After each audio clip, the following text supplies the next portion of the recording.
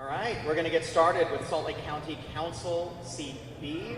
Thank you again for joining us. If you are just joining us, I'm just going to quickly say this is a lightning round of Q&A. We have timekeepers here, so our candidates just be mindful right here. He'll keep you on time.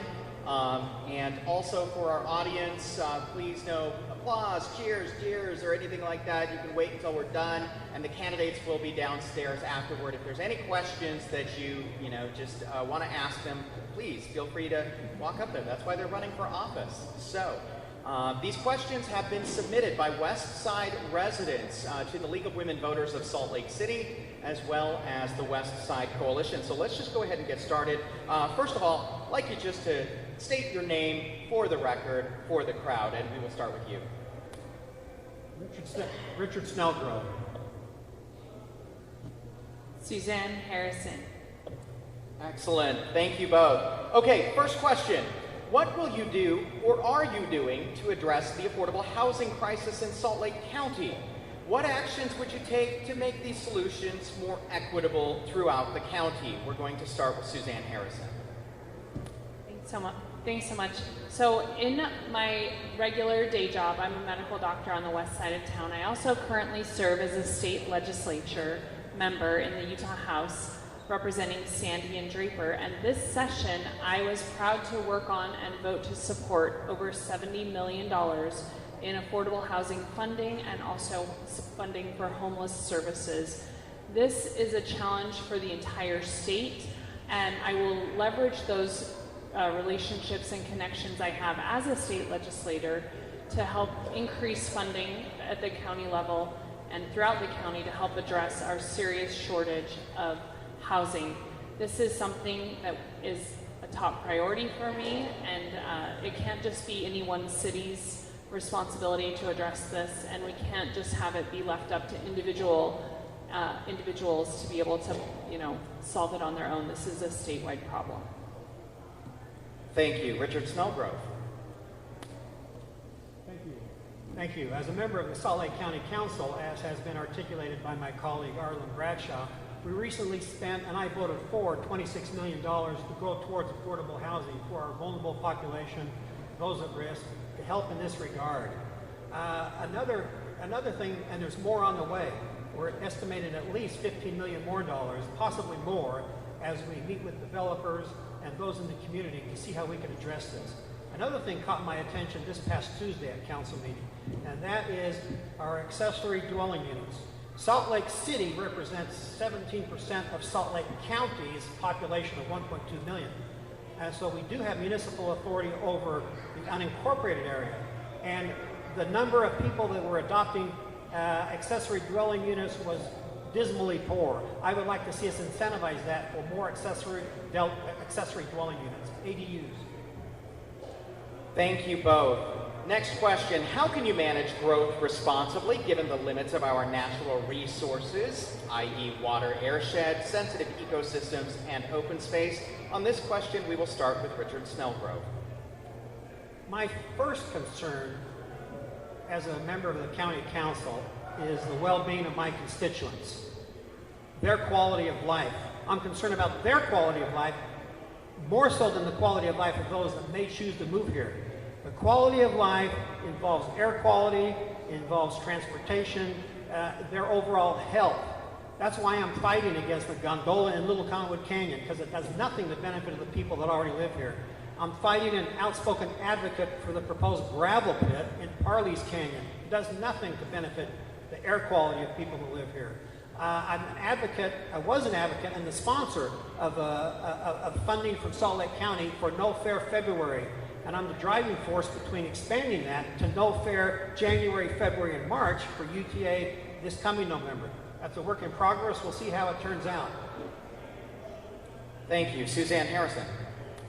So I'm a medical doctor. I became a medical doctor because I wanted to help people. It's the same reason I ran for office for the legislature.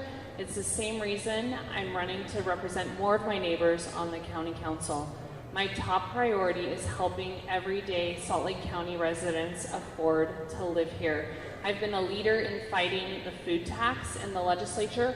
When this legislature voted to actually increase the food tax, I led the fight against it. I helped gather signatures to repeal that tax increase, and I will continue to fight for everyday regular people to afford to live here.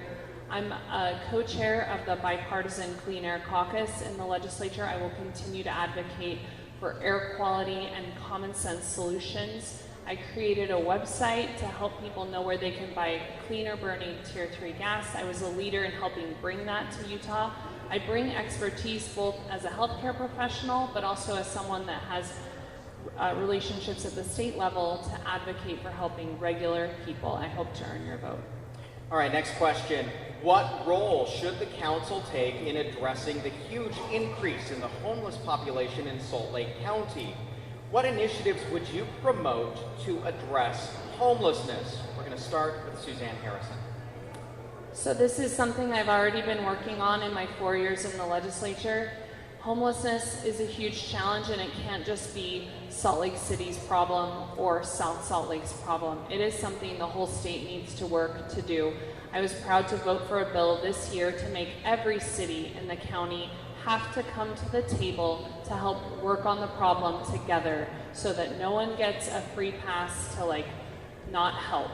I voted for funding to help address homelessness, and as a medical doctor, I bring expertise to help move upstream and helping people get services that they need before it's a crisis. We have over $65 million that could be helping people stay in their homes. We have rental assistance programs that need to be more aggressively distributed to people that would benefit from the help. I will continue that work as your county council member and help regular people afford to live here, stay in their homes, and help our unsheltered brothers and sisters get care. Richard Snellgrove. Sadly, that is a problem, the homeless crisis situation. It's been with us since biblical times, and it's wrong. As a caring society, it's our responsibility to care for those who are not capable to fully take care of themselves. That's why, as my service on the Salt Lake County Council, I've supported the expenditure of millions of dollars to go towards helping people with addiction recovery, homelessness, housing affordability, and most recently $26 million to go to beef up our affordable housing inventory with $15 million at a minimum, more to come. Accessory dwelling units, I touched on that earlier. That's another thing that we need to incentivize so that those homeowners and developers have the incentive to expand their portfolio and inventory of affordable housing to meet this critical need for the population that's vulnerable and in need and suffering. Thank you both.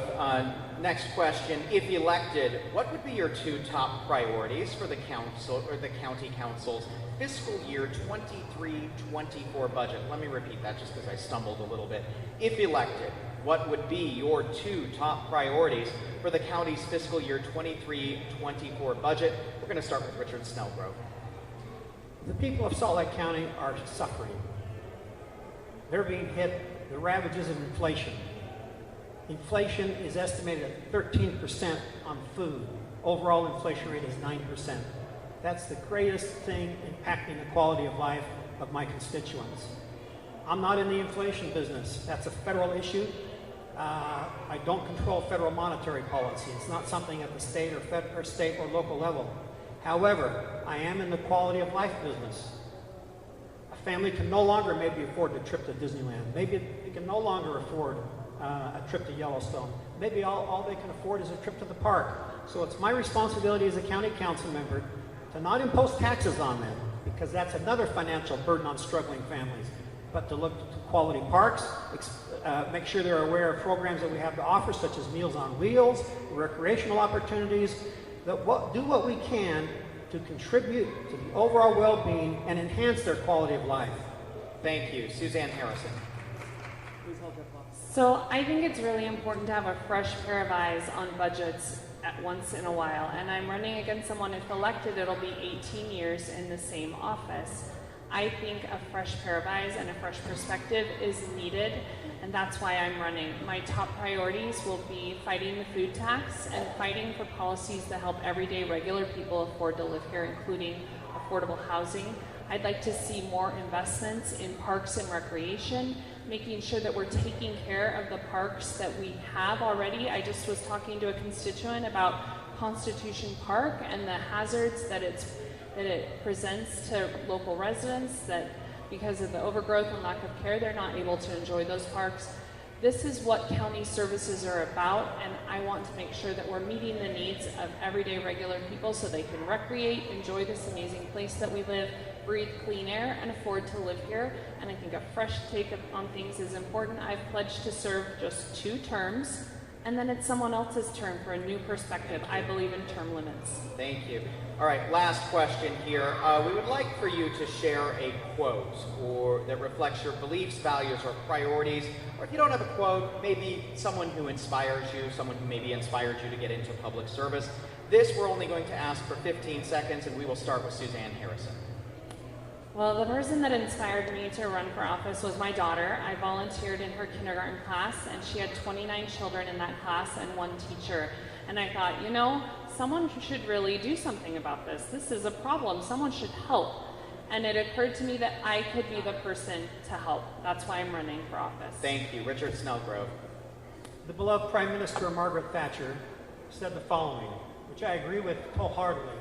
I shall stay until I am tired, so long as the people need me. I shall never be tired of work to serve the people. Thank you.